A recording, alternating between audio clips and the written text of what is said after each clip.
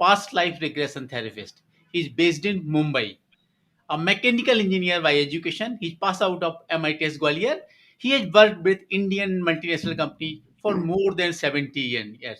But because of the inner calling or the calling by God, he left his lucrative job and now on the mission to spread happiness around the world. With a background of his experience in the corporate world, Santosh did a deep study of human behavior patterns and responses to various emotional challenges. After years of experiences in meditation, self healing, and research, Santosh developed a new age healing technique that can be done in just 12 minutes and named it Sky. He's conducting workshops all around the country, not around the country, in foreign countries as well. Recently, he was invited by the Prime Minister's office in Dubai to conduct a workshop. He was also invited by Indian Army to conduct a workshop. In fact, Indian Army has implemented his techniques. At present, Santosh is a member in the Board of Studies for Emotional Intelligence and Life Coaching Program of Master Life Education in University of Mumbai. He is mentoring the future life coaches under his program. Santosh offers an annual mentoring and life coaching program to people who wish to take a quantum leap in all aspects of their life. And I'm proud to say that Santosh is my batchmate and a very good friend. Santosh, welcome to the show. Thank you so much. Thank you. इतना बड़ा introduction. Uh, you such a wonderful introduction. Thank you so much for inviting me. And yes, as you rightly said, we did engineering together. We are batchmates. So proud to be associated with you on this talk. Santosh, I know your story, I know about you, but things keep on changing. The story keep on changing. So I would like to hear again your story. So please let us know. Sure. So it's been a fascinating journey altogether in the sense that when I started. If you go back to your childhood, I don't know whether you know this story. This when I was in ninth standard, eighth or ninth standard, when you are supposed to take subjects, and we come from a small place, Gwalior. Now, of course, it has become a bigger city, but from the time we came, there was only two options. You either become a doctor or an engineer or a CA, or two three options available. I had different ideas about my life. I wanted to become a singer, or I wanted to do something else in life. I was very good in cricket, so I wanted to play cricket or do something else in life.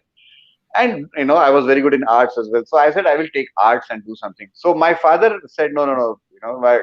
There was the circumstances were such that all my friends, they took in mathematics.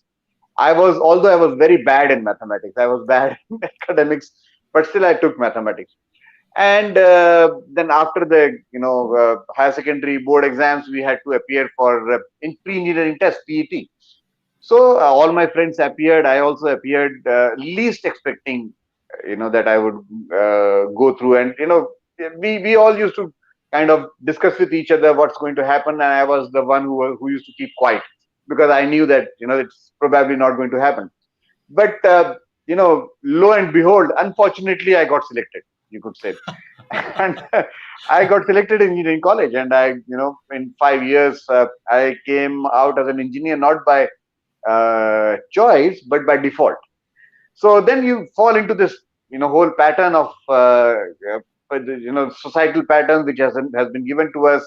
You, after finishing your studies, you take up a job, then you get married, and you so on and so forth, and you are expected to live the way society has asked us to live. So I fall into that pattern, and then everything happened, and I actually, while I was working, I started my job with a steel company, and then I went into to become a country head of a multinational company, which is the world's largest mining company now. uh, 17 years passed, uh, in this whole melee and whole thing where I was uh, thinking that I actually wanted to do something else in my life. So the point came when this feeling was very, very strong, and till that time, I had already, done a few things about myself. I was doing a lot of research on my own thing, and I went deeper within myself and found my purpose of life. So when I found the purpose of life, and then when this thing started becoming stronger and stronger, it became very difficult to for me to stay in the corporate life. So in 2007, I left my job and then came on this path. I started as a past life regression therapist, as helping people to know their purpose of life as I had known. Uh, in that period, I was also doing a lot of experimentation with my own breath, and since I had come from corporate life, I knew what kind of stresses are developed every time. You day in and day out, there are so many stresses, and you don't have time to meditate in corporate life. So I you know those times, 2009, 2010, while I was experimenting with my own breath, I came across these seven wonderful and very powerful breathing patterns, which, when I brought together, gave me an experience of lifetime. That was like, in a few minutes' time, you can go into a very deep state of your mind. And in that state, if you visualize whatever you want to manifest in your life, that you are actually giving it a lot of energy and you are helping it to manifest. So, law of attraction or manifestation, whatever you call it. I named this technique as Sky, and started teaching it to people as well. So that's how the journey began. And in the meantime, I came up with my three books. So 2013, 2015, and 2017. But those are the times where all these three books came: Keys, Many Lives, One Soul, and Sky is Not the Limit. So it has been a fascinating journey. You don't expect, it to be a very smooth journey, because obviously it will have its own ups and downs, pitfalls. But then one has to, learn how to rise from those pitfalls, and that's what I think life has taught me to, rise from whatever pit I've, always found myself in because of so many difficult decisions I took in my life, and that's how I'm here. So it's been a fascinating but wonderful journey.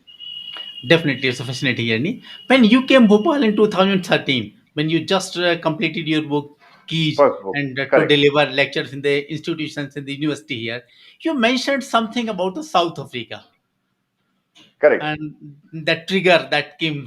So, would you like to tell us that thing? Yeah, I mean, see, now I understand why these things happened, but at that point of time, I didn't know. So when I first went to South Africa around 2000, around 1996, uh, when you land at Johannesburg airport, and the door of the plane opens, when the fresh air came inside, I felt as if I have come home. And when I went inside the city, visiting a city for the first time, you are completely new, and I had a feeling that somehow I knew the roads there. I knew the where to go, what will come after this. And I was just on a evening stroll one day, one second or third day after I arrived there, and I knew exactly where there was an old spice market. It was a 100-year-old spice market. Then there was one old post office building which was now turned into museum. So all those things, and I didn't know why this is happening to me. Later on, of course, I came to know, I found out through my own regression process that in my previous lifetime, I was in South Africa as a black coal miner. So I have mentioned that in my book, Many Lives, One Soul. But that was, of course, a wonderful experience. So that was the reason you going into that past life regression technique, or there is something else that triggered you or moved you to do this thing? No, I mean, I see, there were various experiences, deep level experiences, which I had. One of the experiences actually gave me my purpose of life, and I came to know that I am here for a different purpose altogether, to spread the wisdom, to spread this whole idea about life, and to make people aware about themselves. And that was actually pulling me towards this. So the reason of my leaving the job was more of that. So I followed my heart and my passion, and that's what made me leave the job. And when you seriously thought about that, Oh, it was a long process. I mean, in 2007, when I left my job, I had already started thinking about it around, maybe 7 years back. Okay. So, of course, it's a long process. And Yes. is there any person or something that motivated you to follow this path, or just your inner calling? I would say every person which comes in contact with you gives you something or the other. Every person is a teacher. So I was already reading, a lot of books on deeper aspects of life. I'd never told you about this. The first book I bought, when I was, I think, in fifth standard, was on a book on meditation written by Swami Chinmayananda. So that was the kind of line I was more keen to, and I came to know more and more about the deeper aspects of life, especially life after death and stuff like that, and did a lot of research on this. So yeah, I mean, experiences, people, yes, many people have actually, every person, as I said, takes you towards it. So many friends, very close friends, have actually, you know. Shown me the way. And finally, when in 2003, I met my, uh, you can say, guru, or whatever you call it. And I went to the samadhi of Nityanand Swami. If you have heard about him, he Yes, had I know. taken samadhi in 1961, much before I was born. I went to his samadhi here in a place called Ganeshpuri, about an hour drive from Mumbai, and I felt that something has caught me there, Okay. and that feeling is still there. Every time I feel that this energy, this strong force, this energy uh, is always there with me, guiding and protecting. In your workshops, Sky workshop, you mentioned about Sky. So you are focusing mainly on the corporate sector or things like that. So do you think these people are more in need of these things, or an simple ordinary people as well? So actually, everyone is. We all are, because it's a perspective of life we all need to have. We feel that obstacles, problems, barriers, challenges in our life are actually pulling us back. That is what My in my workshops, I try to give this perspective that they are actually not. Uh, they're not something which is pulling you back, but every obstacle is actually a stepping stone.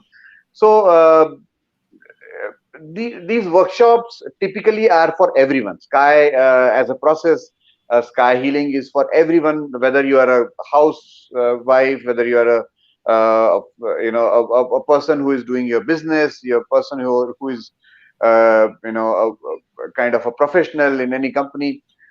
Corporate more, because obviously you have different kind of stresses at a different dimension altogether. uh, on a minute to minute basis, on a day to day basis, if you are in sales, you have a different stresses to meet your targets every now and then. If you are in HR, you have different kind of stresses. If you are in finance, there are different kinds of stresses. So every sector, whether it is IT, whether it is any industry, uh, every sector has their own set of problems and stresses. And this is a very powerful technique to not only heal you from your stresses, but also to help you not to have stresses in your day-to-day life. So if you practice Kaya every day on day-to-day basis, you'll find yourself living in a much different dimension in your life altogether. So that's how it helps the corporates. But ideally, the technique is for everyone. Maybe you are connected with them because you were in that sector, so I that feel may more be it. for I feel more for the corporates, because I've been myself in the corporate field. But you'll be surprised. The youngest person who learned Sky from me was a 6-year-old child, Oh, and wow, the oldest person who learned Sky from me was 96-year-old man. great. So anybody and everybody can do. So we have in Sky we say anybody who can breathe can do Sky. Wow, very good. So as you mentioned, that it takes just 12 minutes time. So you don't need hours of Approximate. time or things like that. Yeah, approximately correct. But for that 12 minutes, of course, you will have to go through certain hours of practice to reach on that stage. Yeah, so you need a couple of hours to learn that technique. So that's how, the minimum time you have to learn this technique is about 3 hours, 2.5 to 3 hours. But there are seven breathing patterns, which when you do these breathing patterns, you will go very, very deep into your mind. We call that as a theta state of mind, which is a very deep state of mind where you go beyond your body and time consciousness. So once you are there, you are able to heal yourself. Automatic healing takes place. Your body and your emotions start healing yourself. So automatically you feel completely out of your stress situation, and heal yourself from the diseases or the negative uh, reactions of your stresses which you have produced in your emotions and on your body. So that's one part of it. But of course, you also visualize whatever you want to manifest in your life, whatever you are looking to get in your life. And when you visualize that in that deep state of mind, more often than not, you are able to manifest that or bring that in your life. Very good. Very good. Santosh, you are on the board of study of Mumbai University. And so, of course, you are one of that particular field, that the emotional intelligence and life coaching thing. So, what do you think? This life coaching thing or the emotional intelligence, aren't these things important in other streams as well? You mean whether we call it engineering or the medical or Absolutely. other things? Absolutely. So, so let me tell you this. Mumbai University basically means uh, I am on the board of there's an organization called Master My Life Coaching. This is they have in collaboration with Mumbai University and Garware, they have formed a place where anybody can go and learn the coaching skills. They can become coaches, life coaches, or they can become an emotional intelligence coach and stuff like that. So I'm a part of their board to help them decide on their curriculum, and of course to mentor the students who are learning there. Absolutely, I mean, every person should learn this. In fact, every person should, because we are all going through so many emotional ups and downs every day. uh, Emotional traumas or emotional ups and downs, and we all need to know how to manage them, because we get stressed out so fast that we don't know how to manage these situations, these ups and downs, these traumas, whatever we are going on a every hour or every minute or every day basis. And by doing that, you can make your own life such a beautiful place to be in, and not get stressed out at all. So every person needs these skills to manage the emotions. And in fact, we are how what we believe. We are what we believe about ourselves. And so if you believe that you can do it, or you can manage your stresses, you slowly transform, that's into a different person altogether. I agree with you. Recently, I maybe came across a data that mentioned that in world around 8 lakhs people commit suicide every year, and Absolutely. out of that 1 lakh 35,000 belong to India, and out of this 1 lakh 35,000, 70% are young adults. Absolutely right. So more than 30% of the world's suicides are happening in India. So that's such a pitiful thing. And if each one of us can become a volunteer to help people manage their emotions and come out of these traumas and understand life, uh, and that every obstacle or challenge is basically to help you grow. We can do such a wonderful thing for the society around us. What do you think are the main triggers that make people do suicide? I think the most important thing we need, we actually forget following our heart. What has happened is that because we go through societal conditioning when we are growing up, parental conditioning and societal conditioning, we form a belief system uh, which basically tells us that we are small, insignificant, powerless, victims of circumstances, and we are told to live in a way that is has been given to us by the society, and that actually creates a facade around us. We actually create a wall between our true self and what people or the society wants us to be, and we start identifying ourselves with that facade, that outer wall which we have created, and completely forget who we are. And when we do that, that becomes a root of our problems, because then we are driven by people's expectations, we are driven by their opinions about us, and because we are, we have become kind of victims to those, people's opinions, people's ideas about us, and we judge ourselves critically. We are being we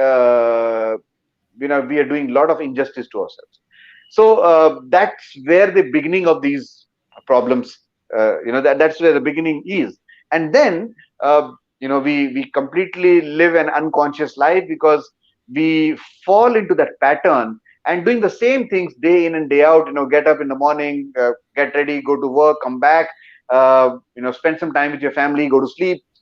Maybe in the weekends you spend more time with the family, go out to a mall or a holiday, and that's it. And we never realize where we are heading to. Whereas if we realize that there is a deeper meaning to whatever we are here for, or deeper meaning to our life, we can do so much more. We can actually create a wonderful a life for ourselves, so much more. And always tell people that follow your heart, because we have forgotten. There's an interesting story which I can tell you here. Uh, which I'm also a storyteller, so I keep Yes, on yes, telling these small stories. There was once a farmer who found an abandoned eagle's nest, in his farm.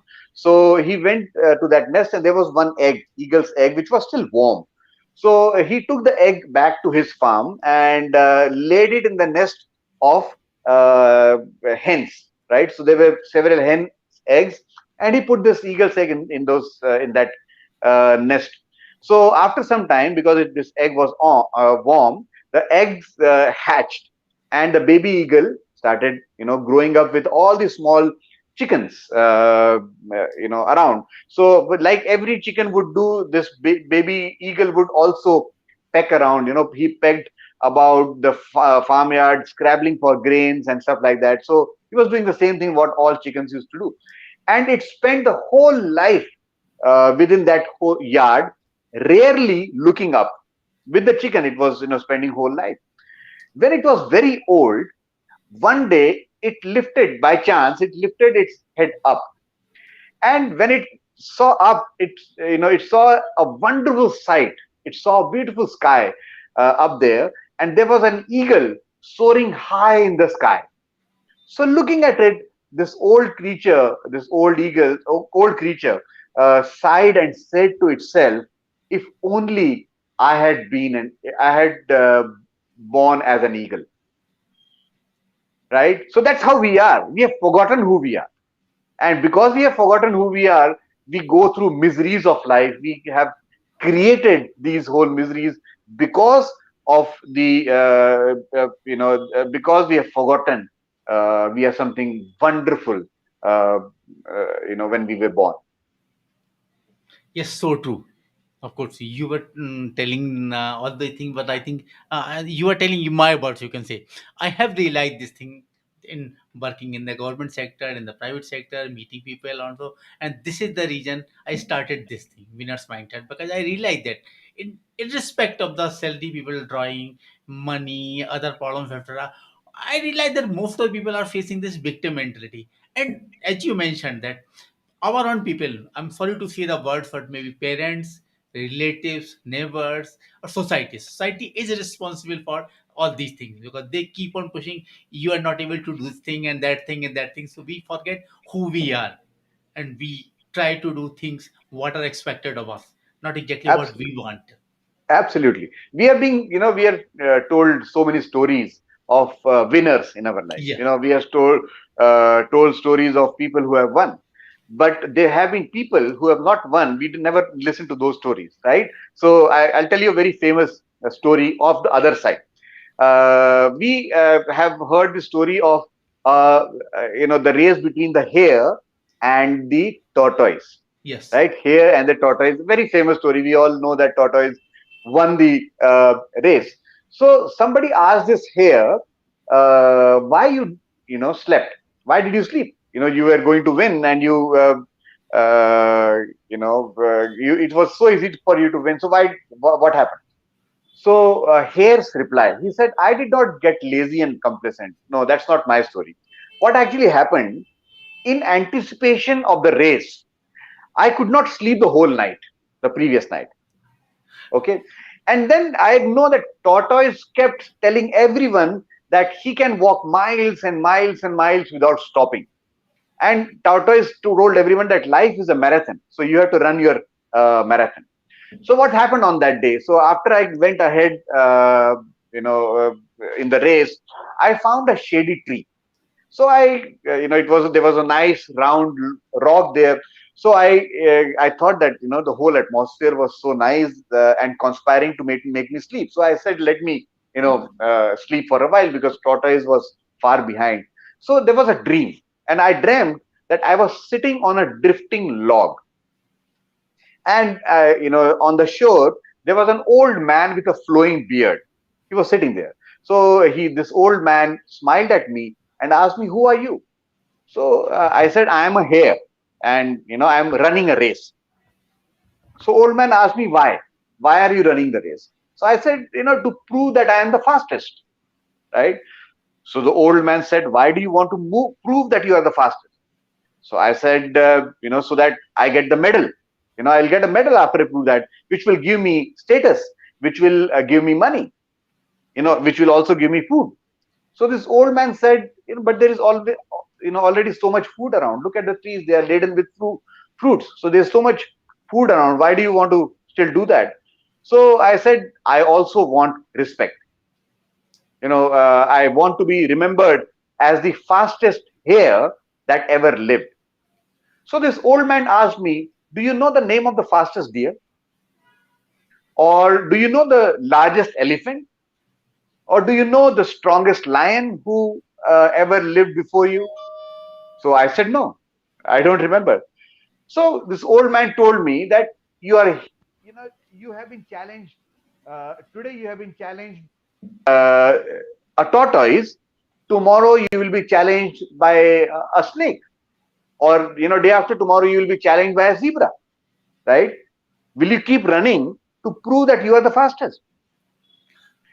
And so I started thinking. Here said, I started thinking, you are, I don't want to run a race throughout my life. So then the old man said, then what do you want to do? So I told the old man that I want to sleep under a banyan tree. I want to hop around the meadows. I want to, near the hills. I want to swim in the pond. So old man said, you can do that, all that now itself. Forget the race. You are here today. You'll be gone tomorrow, right? So at that point, I woke up from my sleep and I saw ducks happily swimming in the pond. So I also jumped in. So ducks asked me, weren't you running a race with tortoise today? So I said, yeah, but it's pointless. I all I want to do is be here and be happy. Hopefully, someone will tell my story someday that I lost the race, but I got back my life, right?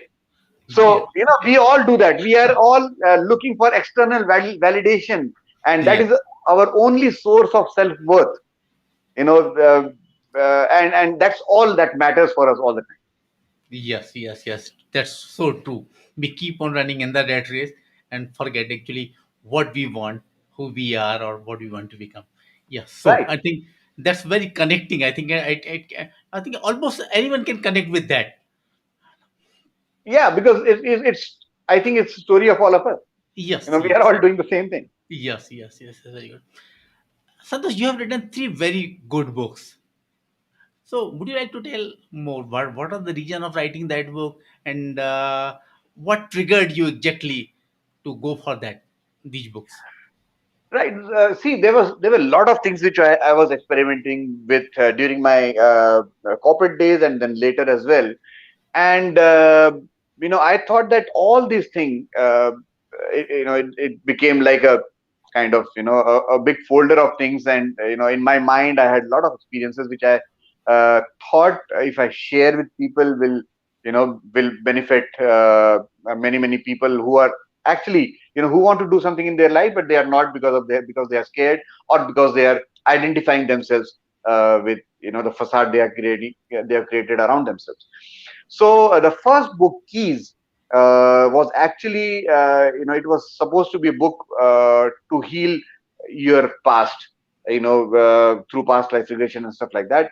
But then when I wrote all about healing your past, then I said there are two more aspects to it. You have to also uh, live your present, and also plan your future. These two things are left, so I said let me join these two also and make this book for healing your past, living your present, and planning your future. So I call this HLP, heal, live, plan. HLP, Right. principle of life, to live a regret free and happy life. So that was the basis of my first book, Keys.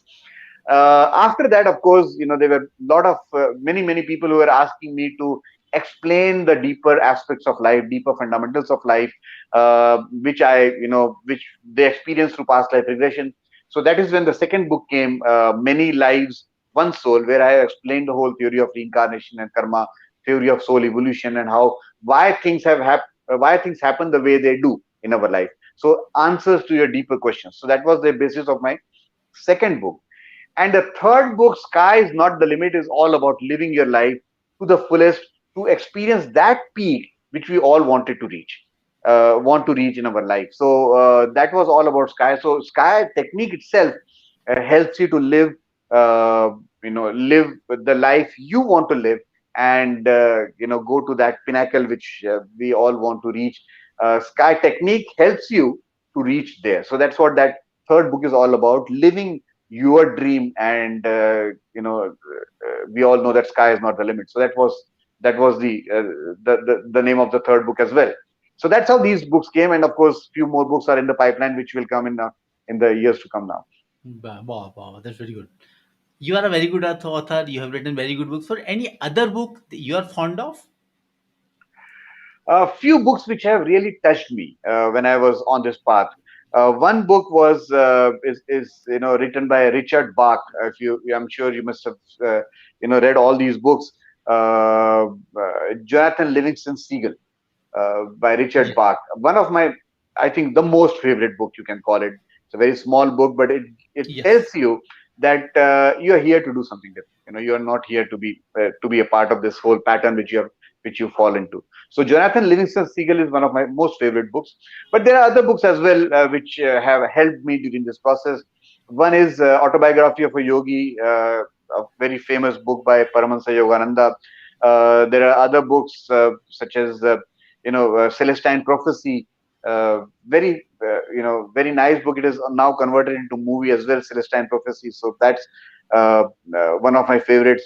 And Tuesdays with Maury uh, Yes. is, is another book which I love reading because I've read it so many times now, and I love gifting to people because I want, when you want people to realize, be that you are something different and live here to do something different. Tuesdays Mori with Mori has also helped me in my own life. So few books which have actually changed my thought patterns completely. Very good. You read all these books, of course. We keep on interacting. One book I recently read, Siddhartha by Herman Hesse. Have you Right. read this book? Yes. Yes. Yes. Yeah. I think so. Wonderful. That's very good book, and I connected with this book so much. And one more book that I loved is The Last Lecture. I think you must have. Oh yeah. Oh, wonderful. I've seen that video of last lecture so many times, and the book, of course. Yeah. Oh, wonderful thing. So, all these things basically tell us that, what are we doing? It raises this question that, we spend so much of time uh, simply whiling away, living unconsciously. And then when we die, we have regrets, that we could not. So there was one experiment which was done in Australia in a hospice where people were dying in a hospice, living their last moments. And there was a nurse who asked all the people dying, "What are your regrets?" And then she compiled those regrets, and it was, a list of five biggest regrets you have when you die. So one, you could not live the life you wanted to live. Yes. You wanted to become. Second regret is you could not laugh enough. Third regret, you could not serve enough. Fourth regret, you could not give enough love to people around. And none of those regrets have those things where you could not earn enough money, or you could not, buy a new that biggest car, or buy a helicopter for yourself. But these things do matter a lot. Uh, you know, Yes, yes, yes. So true. And I can think people realize only when it becomes late. yeah, absolutely. Why in our time we used to, even engineering time, we used to read so many books. We used to purchase even the other books. We used to uh, purchase books from my Delhi as well, because in Gwalior at that time few very good books were not available. But nowadays I'm observing that in engineering other, the trend of reading or going through books has almost died. So people not even reading their textbook, forget about all these books. What do you think about that? Yeah, I think technology has made a lot of difference, because we have so much of information. We are in the information age now, so much of information is available on the net, or through Google, or through different platforms, that if you want some information, if you want to read something, just type it on Google, and then you'll find 1 million sites over that. So technology has made a big difference in that. So it has become so easy to get the information without reading a book, so you don't really care. Second reason, I think, is people found an easier option of reading in online, or having uh, uh, you know uh, uh, a kind of a device which can help you read, so you don't want to carry books with you, right? It becomes bulky, and it becomes troublesome to carry books with you, so you don't want to read book. But I think there are few people who still are avid readers. And I'm an old thought person. I'm an old school. I don't like reading on electronic platform. I would want to touch the book. And the most best thing I like about new books is I like to smell the books, because I like the smell of Yes, those, yes, yes, the yes. pages, smell of books, even the old books, and that gives me real pleasure. Actually, in our time, there used to be that test matches. So now came the one Yeah, day, and now the 2020. So maybe, but it has negative aspects as well. So what do yeah. you think? I mean, we Reading a book in physical form and listening a book and reading on that, I think it has entirely different experience. It is, of course. So you cannot take away what technology has given us. It has given, without the technology, we couldn't have talked like this, what Yes, we are yes, talking, yes. right? Agreed. Right. So technology has done very good things as well. Last 2 years or 1.5 years of Yes, Corona, technology has helped us to stay connected through, various platforms through which we could stay connected. And so it has helped as well in so many definitely. different ways. Definitely, definitely. And technology has changed the world in last few years, no doubt about that. So moving back to the sky, you can say. Huh? So you have done your own research. You have maybe reached out to so many people, and then you came out with this thing. So would you like to tell us the things for the resources that made you reach this point? Because it was a long journey. I know that. Huh? So, what made you this thing? Because I have joined that CC courses and the courses of the hurtfulness, etc. They have each have their own philosophy. So, after going all through, of course, I made my own thing to do, how to do my own meditation, how to do that pranayama, etc. So, of course, you must have gone quite a few of things. Then I came to this destination. Would you like to share So something? what happened was, when I was doing a lot of research on myself, there's something called as breath work, which I learned, and through that I was doing a lot of experimentation on my own breath. So meditation was something which was very close to my heart in the initial, beginning days, initial days when I started on this journey. So I was, reading a lot. I was experimenting with myself a lot at that point of time. Even during my corporate days, I remember, when I was with this multinational company as a country head. Whenever I used to go to my Singapore office, all my colleagues, used to say that let's do a meditation, when because you are here. And I used to do a guided meditation, before our meetings even started early in the morning. We used to meet and do meditation. I used to guide them to meditation. So the story probably started somewhere there. But yeah, I mean, many experiences during this journey has helped me to kind of experiment with many things. And now, of course, meditation has come on its own, and slowly, slowly, I have developed that into my own technique. So that's how Sky came as well. Okay. I know Santosh Joshi is a cricketer, but to be honest, I was not aware that you were a singer.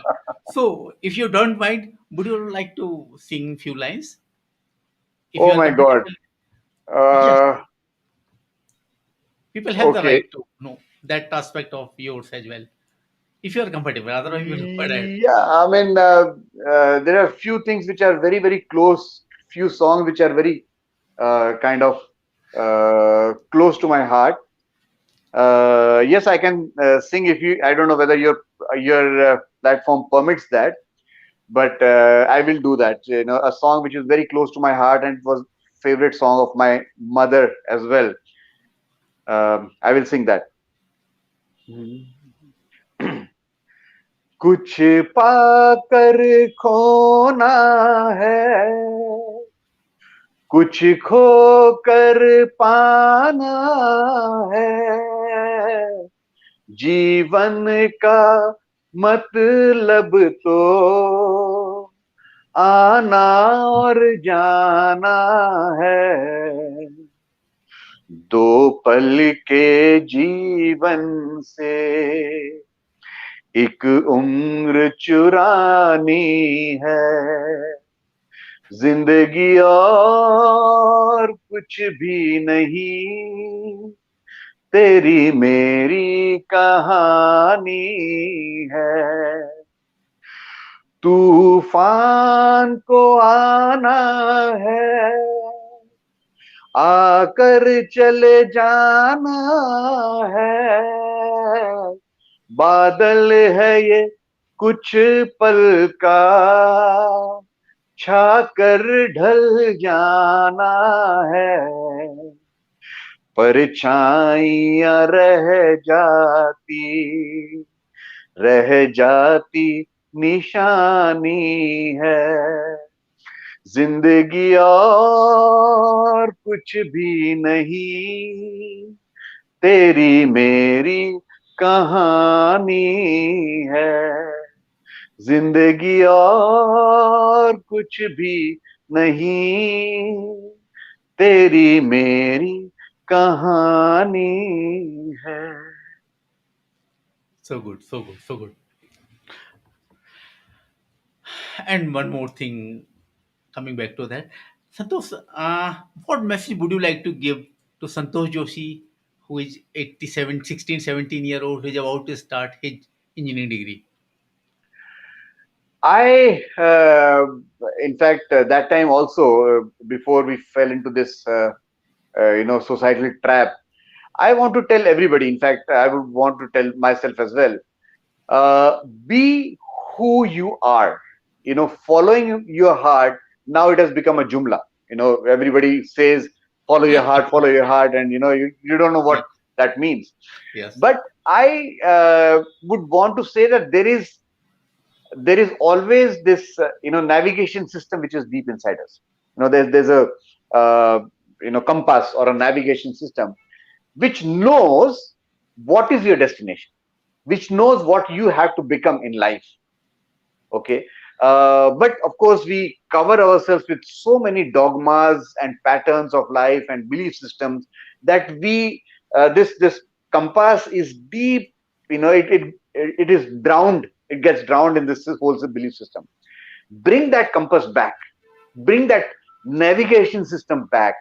First identify who you are, what is your true passion, what you want to become in life, what what is the message you would want to give to the society, or an example what you would want to uh, you know uh, uh, show to the world, and be that person.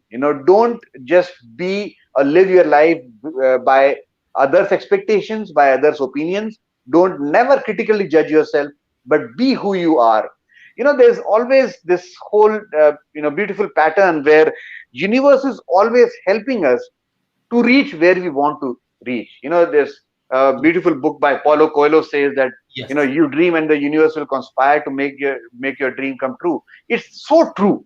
You just dream, and you'll see that the things will fall into place to make sure that you will reach that dream, right? So don't live by others expectation, be who you are, and dare to dream.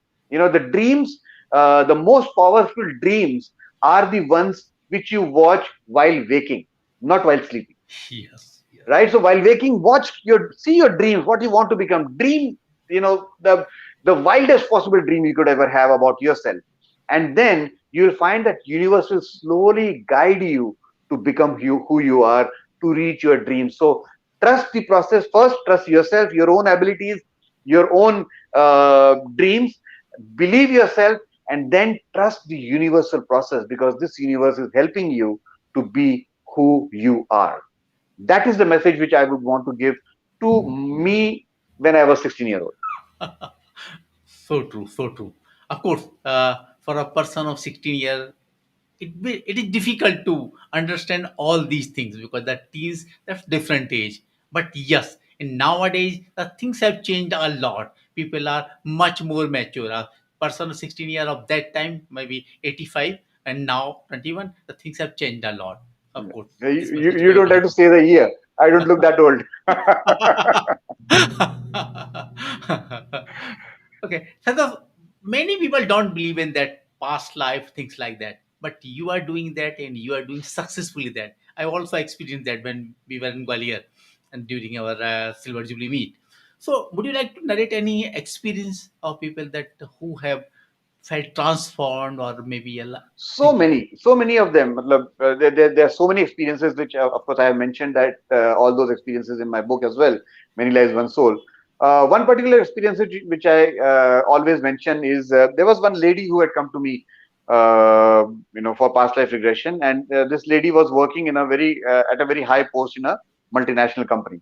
And during this meditations, she saw in her previous lifetime she was uh, teaching. She was a Tibetan monk. She was a Buddhist monk who was teaching many small children, small monks. And as a purpose of life, she saw herself teaching destitute children. So after this whole workshop she attended with me, she thought that she got to know her purpose of life, and she always felt misfit in this whole corporate atmosphere. So a few years later, when I met her, she told me that she has left her corporate job and she joined something called as Teach India. Teach India is something which teaches you how to teach. She joined that Teach India, learned how to teach, and she started teaching in slum schools, in municipality schools, in she started teaching destitute children, and she's told me that how wonderful and fulfilled she felt when she used to teach the destitute children, the street children.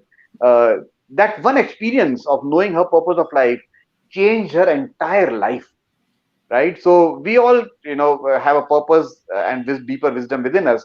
We all should tap that and know who we are, and what is our purpose of life. Once knowing that can give you a sense of direction in your life, and at least you start living your purpose in this lifetime. So that's one thing which we all must do. Past life regression is not all about seeing your past life, but it is to give you answers to the present. very good, very good, very good. What you think is the right time? Of course, I believe that as early as possible. But based on your experiences, what do you think is the right time for this thing to know a life purpose or I to think start as moving in soon that? as you are 10 or 12-year old, you should start knowing that. So parents should encourage their kids to find what their passion is, what their purpose is, as early as 10 or 12-year old. Don't you think that parents are not willing to do that because they have Because their own expectations? absolutely, because they are also victims of same conditioning system, right? So many times parents put their own expectations or their own ambitions on their children, right? So there was one kid who came to me. Uh, he was 21-year old, and he was very bulky, and he had stopped studying. So his father brought him to me, and he said that what happened. He stopped studying since last several years now. So then he told the story. His father wanted to become an engineer from IIT, which he could not become, and he became an engineer from some other college. But he wanted, because he could not become an engineer from IIT, he wanted his son to become an engineer from IIT. Now, this son had no aptitude for engineering. He was a very good chess player. He was a very good, painting, good in painting and other things, but he had no aptitude to become an engineer. But he was forced to become an engineer. After 10th, he was sent to, we all sent our children to Kota for, there are Yes. n number of coaching classes in Kota. So he was sent to Kota to, study for IIT. But because he did not have any aptitude to do engineering or study this all these studies, he was a miserable failure there in Kota. So when that happened, everybody, and including his father, thought that he needs psychiatric treatment because he was a failure there. So they took him to a psychiatrist, and the psychiatrist started drugs to this Oh, child. And what happened was that because of these drugs have long term impact. So because of these drugs, this child, he started forgetting things, and all those things. So what had happened was that his body started bloating, and after some time he had no interest in studies, so he left studies as well, and he became so lethargic. He kept on sleeping throughout the day. He was just playing video games. He had no interest in studies. That was when he was 17-year old, and now his father is bringing me when he's 21-year old now. His body bulky. He had left studies 5 years back, and now he says that do something for my kid. So first thing I did was I told his father, look what you have done to your child. You have pasted your own ambition on your child, right? And you wanted you to do what your child to do what you wanted to do when you were young, right? And that has actually spoiled his whole life. So this thing happened all the time, and we have to tell the parents, do not put your own ambitions on your children, and also do not burden them with societal expectations, or expectations of people around you. Let them live the way they want to live. They know what they want to do in their own life. and the same is applicable for schools as well. Absolutely, absolutely. So instead of falling into the pattern, the school should help children what are their best abilities, and when they once they find out. I have one example. There's one school in Ahmedabad called Mahatma Gandhi International School, and the owners of the school are very close friends. So they were telling me this story. So there was one boy who was who had uh, no interest in studies. He was actually dyslexic. So he could not study much. So seventh, eighth, ninth, he was, he had no interest in studies. So, but what happened was they found that he used to, keep on in the, on the school desks. He used to play drums, with his hands, with his sticks. He used to play drums. So what school did was they brought a drum for this child, and Okay. asked him to practice after school on those drums. So he used to practice, and he became excellent in drums. So Wow. somehow he was, taken to this 10th standard, and also the school helped me to helped him to clear the 12th standard.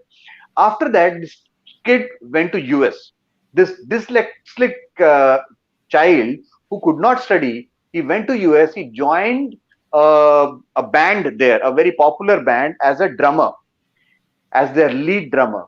And today he is doing extremely well as this lead drummer in that popular band. So look what happened. He was not good in studies, but he was good in something else, some other activity. And once the school found that out, he became excellent in that. So schools should do that as well. Yes, yes, I truly believe in that. But unfortunately, most of the schools are worried about that how many students are going to be in 90s, how many Correct. students are going to So qualify we are all after JEE. percentage. Yes, yes. Correct. So that, of course, and it is not possible for each student to score that much and to qualify JEE. So that's where again that victim mentality creeps in and the disturb the entire life, because these things are very difficult uh, I mean, to remove all these things then, because these scars, you can say, or the wounds that come, that's very difficult to heal. No, but see, it's very important to know that all whatever you go through in your life, everything has a deeper meaning, deeper uh, kind of a purpose to happen. For example, you talked about the scars, the heal, the wounds which need to heal. I'll tell you a story. It's a very nice story which I tell during my workshops. There was a small child, little boy, who used to stay with his mother, and they used to stay near a lake. So once what happened, it was a very hot and sunny day. So the boy went for a swim in the lake, right? So very soon, he went till the middle of the lake, and mom was watching from the window of their house. So when mom looked on the other side, there was an alligator which was coming towards the sun. So mother shouted, she ran towards the boy. She shouted as loudly as she could. She told him that there is an alligator which is coming near him. So the boy immediately took a U-turn and started swimming toward the shore. So little boy, as soon as it came to the shore, it was too late, because by the time it reached the shore, the alligator grabbed the his legs. Okay, so when the alligator grabbed the legs, the mother grabbed his arms, and then there was a tug of war between the mother and the alligator, and it went on for a while. Alligator was very strong, so it was not letting go. But the mother was also too, she was too passionate, of course, to let her son go as well. So there was a loud sound coming. The mother was shouting as well. So there was a farmer who was nearby. He came and he saw that this was happening. So he had a gun. He shot the alligator, and then the boy was taken to the hospital, and the boy lived, survived. And there were, a few months later, there was one, while he was getting treated in the hospital, there was one news reporter who came to the boy, and he was interviewing the boy about the incident, what happened. So the boy, she lifted his pajamas to show the scars, which was there on his legs, that because of the alligator attack of the alligator. Then the boy with pride said, "Look at my arms, there are scars on my arms as well." So these are great scars. So the reporter said, "Why are these scars great? Why are these scars on your arm great?" So he said that these are the scars because my mom wouldn't let me go. These are those scars, right? uh, so even in our life, we have so Yes, many yes, scars of our painful past, of so many terrible times we have gone through. But whatever, maybe because of our foolishness, we put ourselves into situations which are very difficult situations. But these scars are always there, and because of the tug of war between the universe and life, yes. right? So some wounds we have because universe wouldn't let you go, right? So so many people, they come in our way, things that happen in our life. We should be thankful for those people.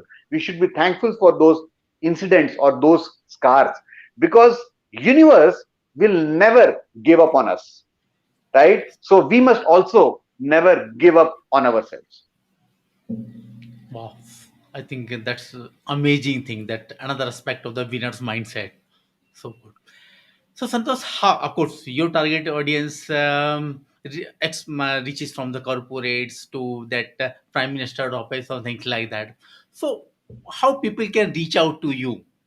And is there any preconditions that they should have something like that? Maybe that. So first of all, it's my passion to talk to people and guide them. So anyone who feels lost in their life or needs help, they are free to contact me. Okay, so there is no precondition, there is no rule, or there is nothing which can which should stop them. Anyone wants to talk to me, please do.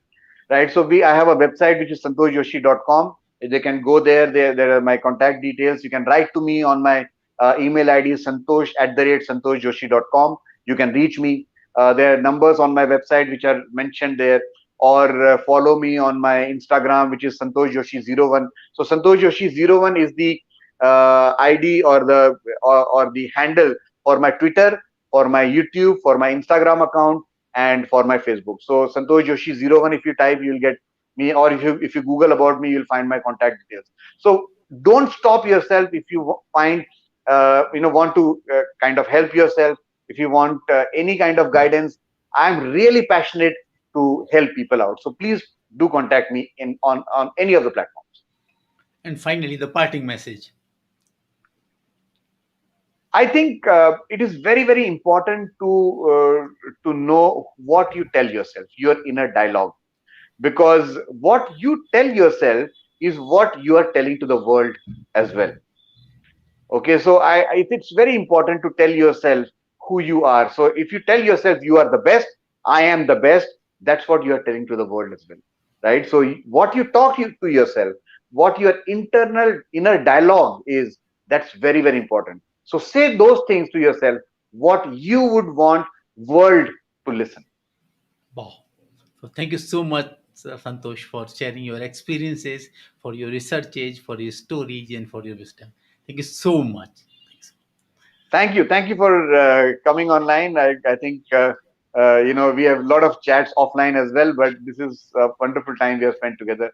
And let this, your effort of Yeah. letting this message reach the world is amazing. You are doing a wonderful job, and I wish you all the very best to in your endeavors of guiding people in your own way, and reaching out to the world, to spread this wonderful message of wisdom. Thank you. Thanks. Thank you.